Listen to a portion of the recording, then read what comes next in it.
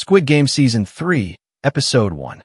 Not long after Gahan's failure, the third season of Squid Game begins with its premiere episode.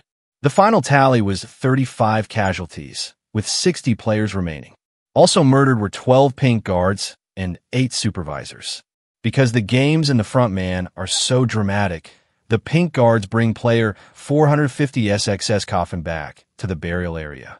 He begs them to kill him too, since he is so distraught. Obviously, he doesn't receive a response and is confined to his hands when he's not participating in the activities. According to what the other players told him, Deho Ha, player 388, had the weapons but was too afraid to return to assist the other revolting players.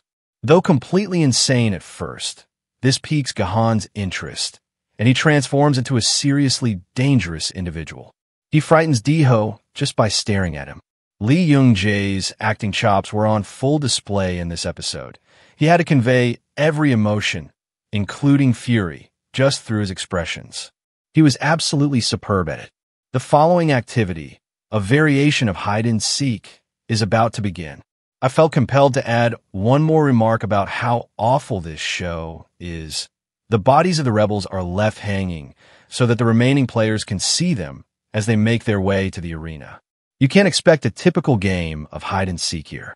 In the preview, we see that players select a color as they approach the gumball machine.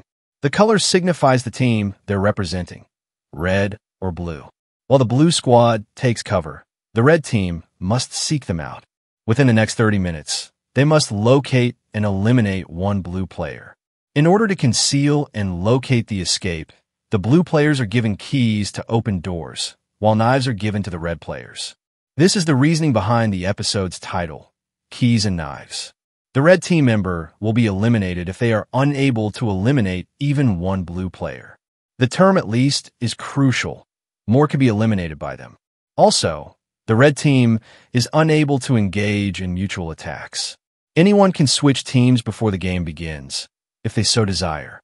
Despite his best efforts, Deho is unable to find somebody to swap places with him and instead draws blue. The fact that Gahan, who is clearly interested in him, draws red further adds to his problems. Their defeat was caused by player 388. The scene where Jong Dae, the elderly man, player 100, attempted to swap teams by approaching player 456 was rather amusing. His appearance was amusing to me, and the audacity of that elderly man. The thought of player 124 enlisting player 333's help is terrifying to me. Something terrible seems like it might happen as a result of this. My Angie did tell Janhee to stay hidden and that he would locate her after everything had passed. Wait and watch to see if he follows through. No one should look up to Namju, but particularly someone with Mong Ji's many moral issues. With an irate expression on his face, Gahan holds the knife and says, "It's your fault." At the end of the episode, the red team must now attack the other teams. Player 456 needs to be cautious because his target is obvious. There are other plots unfolding, but we'll begin with No Yul, the pink guard. There is still hope for Gong Suk, player 246. As we saw in Season 2 of Squid Game, No Yul was very careful to aim her shot at a spot where he wouldn't die. She pretends to be helping him by acting as if he is dead before using the scanner to murder him. Even though the organ trafficking rings guards trust her, she betrays them. The only one she can't kill is the doctor, whom she orders to treat player 246. No problem at all. Lady Gong Suk is able to use her blood since it is type O. Captain Park is actually an agent of the front man, according to Detective Hwang, Junho, and Mr. Choi.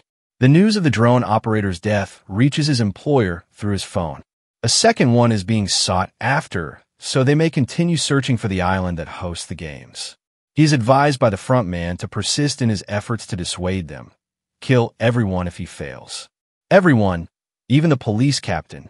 The detective is unwilling to acknowledge that Mr. Choi is beginning to question Captain Park's veracity.